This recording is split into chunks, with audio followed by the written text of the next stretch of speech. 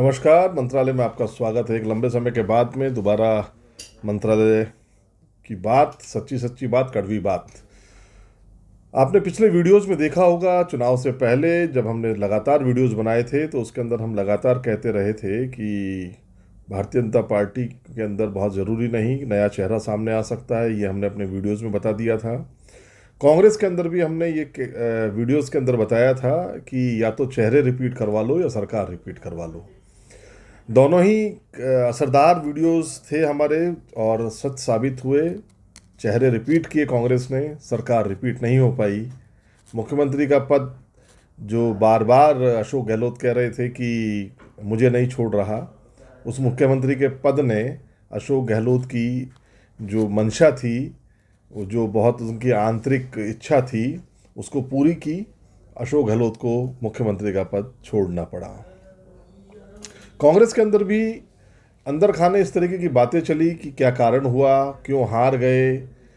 राहुल गांधी के सामने बहुत सारी बातें पहले भी आई थी, राहुल गांधी के सामने अभी भी आई थी, सर्वे पहले भी हुए थे, लेकिन तमाम सर्वे को दरकिनार करते हुए कांग्रेस ने चुनाव में जाने का निर्णय लिया और मुंह की खाई। मुंह की भी इतनी बुरी तरह से खाई, मतलब चाहे अपनी पीठ थपथपाते रहें। वो कहते हैं नकटा ऊंचा सबसे ऊंचा, हमारे वोट परसेंटेज बढ़ गए, हमारा ऐसा हो गया, हमारा वैसा हो गया, इस तरीके की बातें डोटासरा टाइप आदमी करते हैं। डोटासरा खुद प्रदेश अध्यक्ष होते हुए अपनी सीट पर सिमटे रहे, वो कहीं भी प्रचार के लिए नहीं जा पाए, ये सभी को पता है। और हारे क्यों? देखिए, ये किसी की भी हिम्मत अभी तक नहीं हो रही है कि वो आला कमान के सामने चाहे कोई भी रिपोर्ट आए या कोई भी आए, ये कह सकें कि हम हारे क्यों, उसके रियल कारण बता सकें। हारे क्यों? हारे इसलिए कि अशोक गहलोत की जिद थी। गहलोत की जिद के कारण कांग्रेस चुनाव हार गई। आप सोचते होंगे अशोक गहलोत तो सच्चे कांग्रेसी हैं, सच्चे गांधीवादी हैं, जैसा कि लोग कहते हैं, मारवाड़ का गांधी अशोक गहलोत, मतलब बहुत तरीके के नारे बनाते हैं। बिल्कुल गलत है।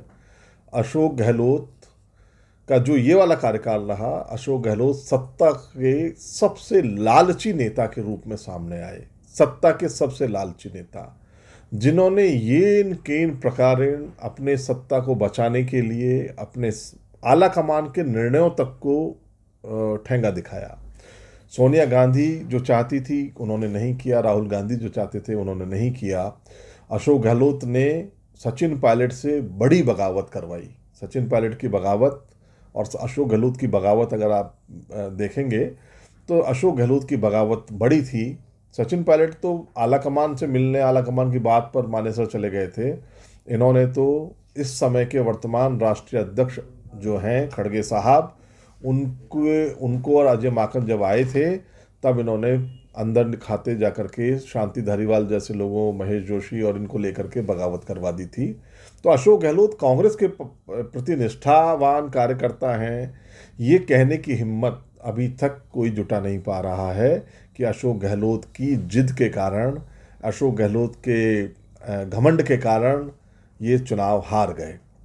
अशोक गहलोत को लगता था कि उनकी बहुत जनता में बहुत लोकप्रियता है। अशोक गहलोत को कोई भी चीफ मिनिस्टर होगा तो उसकी लोकप्रियता बढ़ती है। अभी भजन लाल शर्मा को कौन जानता था, अब भजन लाल शर्मा को हर घर जानता है। तो ये जो भी चीफ मिनिस्टर होगा उसका पब्लिसिटी जिस तरीके का डीपीआर करता है उस हिसाब से, और थोड़े दिन में आप अशोक गहलोत को भूल जाएंगे, थोड़े दिन के अंदर आप वसुंधरा राजे सिंधिया को भूल जाएंगे। दोनों राजस्थान से आउट हैं और दोबारा सत्ता में अशोक गहलोत ना तो वापसी कर पाएंगे ना वसुंधरा राजे वापसी कर पाएंगी। तो ये जो सिटिंग चीफ मिनिस्टर होता है उसकी लोकप्रियता सभी जो नेता होते हैं उनमें सबसे ज़्यादा होती है, और उसी को सर्वे बना करके ये पेश करते रहे अशोक गहलोत चीफ मिनिस्टर के लायक है, अशोक गहलोत ऐसा है, अशोक गहलोत वैसा है। अशोक गहलोत की पोल उसके ओएसडी लोकेश शर्मा ने खोल दी, चुनाव हारते ही खोल दी। उनका लोकेश शर्मा का जो मन था वो शायद विद्वलित था, बहुत ज़्यादा बातें नहीं मानी गई थी बहुत, क्योंकि लोकेश शर्मा खुद मीडिया संभालते थे, उनका सोशल मीडिया संभालते थे, तो उनके पास में भी फीडबैक आता था। अशोक गहलोत को दिया होगा। अशोक गहलोत ने जिस तरीके से, अशोक गहलोत ने जब राष्ट्रीय अध्यक्ष की नहीं सुनी, जब अशोक गहलोत ने सोनिया गांधी किसी की नहीं सुनी, तो अशोक गहलोत लोकेश शर्मा की तो क्या सुनता।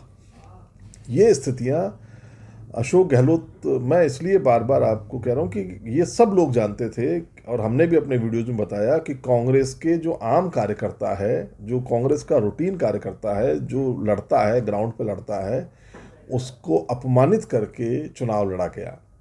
बिना बात 10-10 सर्वे करवाए गए, 10-10 लोग विधानसभा उसमें क्या कहते हैं, विधानसभा स्तर पर भेजे गए। कहते हैं जो प्रभारी लगाए गए उन्होंने पैसे ले लेकर के टिकटों की वकालत की। उन्होंने ये कहा गया कि कहीं भी सेकंड लाइन नहीं है। मतलब आप देखिए क्या कह रहे हैं ये, कि कांग्रेस के पास में जहाँ पर सिटिंग एमएलए थे वहाँ पर सेकंड लाइन कोई नेता ही नहीं था। इतना बड़ा झूठ डोटासरा बोलते हैं, खैर वो तो हमेशा से बोलते आए हैं। इतना बड़ा झूठ अशोक गहलोत के नुमाइंदे बोलते रहे, इतना बड़ा झूठ। इसमें जो कुछ फैक्टर हैं जो मैं आपको बताऊं, 6 फैक्टर से कांग्रेस हारी, जिसमें सबसे बड़ा फैक्टर था अशोक गहलोत की जिद, जिसके अंदर उन्होंने जिद करी थी कि मेरे को मुख्यमंत्री बने रहना है। और इसके लिए उन्होंने मतलब राजस्थान का जो पैसा है वो पानी की तरह बहाया। जो लगना चाहिए था कहाँ पर लग कहाँ गया, खरबों रुपया बिना बात खर्च किया गया। जहां जिले बनाने की जरूरत नहीं थी वहां पर जिले बना दिए गए। मतलब ऐसे अव्यवहारिक निर्णय अशोक गहलोत ने लिए, जिनकी समीक्षा अब ये सरकार करेगी। और जो इतना बड़ा कर्जा है जो इसके सर पर बैठ गया है, जो अशोक गहलोत ने इनके सर पर दे दिया है, उसको सुधारेगी। दूसरा, सचिन पायलट की इग्नोरेंस ने चुनाव हरवा दिया। पिछली बार सचिन पायलट के नाम पर गुर्जर मतदाता एक मत हो गए थे और उन्होंने सत्ता में वापसी करा दी थी। अगर सचिन पायलट की को मतलब वजन दिया जाता कांग्रेस में, तो ये जो गुर्जर मतदाता जो नाराज हुआ था ये वापस कांग्रेस से जुड़ता। अगर सचिन पायलट को ये प्रोजेक्ट भी कर देते, क्योंकि बार बार अशोक गहलोत ने अपने आप को ये प्रोजेक्ट किया कि चीफ मिनिस्टर मैं ही बनूंगा, लेकिन सचिन पायलट कुछ बोल नहीं पाए, आला कमान कुछ बोल नहीं पाया। इस कारण से ये जो बड़ा वर्ग था, ये वर्ग as it is Bharatiya Janata party की तरफ डाइवर्ट हो गया और उसको सत्ता पे बैठा दिया। मैंने जैसे कहा था, सिटिंग एमएलएज के खिलाफ बहुत विद्रोह था, भ्रष्टाचार खुल के किया था इन लोगों ने। जो कांग्रेस के थे उनके टिकट नहीं बदले गए, चुनाव हार गए। भ्रष्टाचार के खिलाफ अशोक गहलोत कहते थे जीरो टॉलरेंस, जीरो टॉलरेंस, लेकिन इन्होंने कोई ठोस कार्रवाई नहीं करी। मैंने अपनी वीडियोज़ में बताया, पटवारी को ये गिरफ्तार करवा देते हैं, आईएएस अधिकारी को छोड़ देते हैं। यानी कि किसी ने 5,000 रुपये की रिश्वत ली, 2,000 रुपये की रिश्वत ली, वो आज भी जेल में सड़ रहा है। एसीडी उनके लिए काम करती है। लेकिन जो बड़े बड़े मगरमच्छ थे, आईएएस अधिकारी थे, जो खानों में जो घोटालों में लिप्त पाए गए, उनके ऊपर कोई कार्रवाई नहीं की गई। इवन उनके डिपार्टमेंट को उनको और अच्छे डिपार्टमेंट दे दिए गए। इस कारण से भी भ्रष्टाचार इतना पनपा अशोक गहलोत के राज में। और ये कहना गलत है कि अशोक गहलोत को पता नहीं था। अशोक गहलोत को हर चीज़ का पता था, कौन कितना पैसा कमा रहा है और वो कहाँ से आ रहा है, कहाँ जा रहा है। दूसरा, मंत्रियों का बड़बोलापन। ये 2-4 मंत्री आपने देखे होंगे, डोटासरा है, शांति धारीवाल है, ये अपने आप को मतलब आप इनकी भाषा अगर आप देखोगे तो ऐसी भाषा है कि आप समझेंगे भाई डोटासरा ने तो शिक्षा मंत्री रहते हुए रीड पेपर घोटाले हुए उनके टाइम पर। उनके अपने समधी जितने भी रिश्तेदार थे सब सरकारी नौकरी में लग गए, कुछ तो आरएस बनवा दिए, जो डफर थे उनको भी आरएस बन गए। तो इस तरीके के आरोप पे उसके बाद में भी ये बेदाग कहलाते हैं। तो इस कारण से, और सबसे बड़ा कारण, कांग्रेस के अंदर निचले कार्यकर्ताओं का अपमान किया। इतने सारे बोर्ड निगम का बना दिए, किसी को नियुक्ति नहीं दी। पूरे 5 साल तक यूआईटी चेयरमैन कहीं पर भी नहीं बनाए। मतलब इतना मतलब सरकार में इतना घटियापन अशोक गहलोत ने किया इस बार। सारी सरकार आईएएस लॉबी के हाथ में दे दी। आईएएसों ने भी खूब पैसा कमाया, खूब जम के कमाया। आरोप सारे मंत्रियों पर लगते रहे। आईएएस बेदाग हो गए, आरएएस बेदाग हो गए। तो ये हालत रही। अब बीजेपी ने उसको क्या किया? बीजेपी ने भजनलाल शर्मा की पटकथा जैसे कह रहे हैं कि पहले से लिखी गई थी। अब ये तो सिर्फ देखिए कयास है, सब चीज़ें हैं, लेकिन बहुत इंपॉर्टेंट फैक्टर है। अगर आप तीनों राज्यों में देखेंगे तो एक में यादव, एक में ट्राइब, एक में आपके ब्राह्मण कार्यकर्ताओं को चीफ मिनिस्टर बना करके बीजेपी ने बहुत सारी जातियों को साथ दिया है एक साथ। भजनलाल शर्मा को मुख्यमंत्री बना करके नरेंद्र मोदी एक बार इस चीज़ में कामयाब हुए कि मोदी की गारंटी है। तो मोदी की गारंटी का मतलब हो गया कि मोदी जो चाहेंगे वो सब होगा।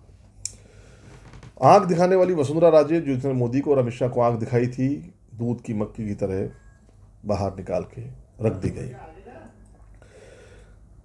24 घंटे का कार्यकर्ता भजनलाल शर्मा, जिसने परिवार की परवाह नहीं करी, भूखा प्यासा रह करके हर कार्यक्रम को, मतलब भजनलाल शर्मा को तो उस दिन पता ही नहीं, जिस समय आप सोचिए कि एक भजनलाल शर्मा जो कि कुर्सियों की व्यवस्था कर रहे थे, कौन कहाँ बैठेगा, वो खुद बीजेपी कार्यालय में व्यवस्था कर रहे थे और उनकी खुद की चौथी पंक्ति के ऊपर वो खुद बैठे हुए थे। उस आदमी को अचानक मिलता है नाम कि भजनलाल शर्मा राजस्थान के मुख्यमंत्री होंगे। सोचो कैसा लगता होगा। ये सब कहने की बातें हैं कि लोग कह रहे हैं कि भजनलाल शर्मा को पहले पता था। नहीं, भजनलाल शर्मा को पता नहीं था। एक आम कार्यकर्ता की तरह वो थे, ब्राह्मण चेहरा था, 24 घंटे कार्यकर्ता, फर्स्ट टाइमर एमएलए और निर्विवाद छवि, और जो सबसे इम्पोर्टेंट, जो अमित शाह और नरेंद्र मोदी के लिए सबसे उपयोगी है, वो है यस मैन।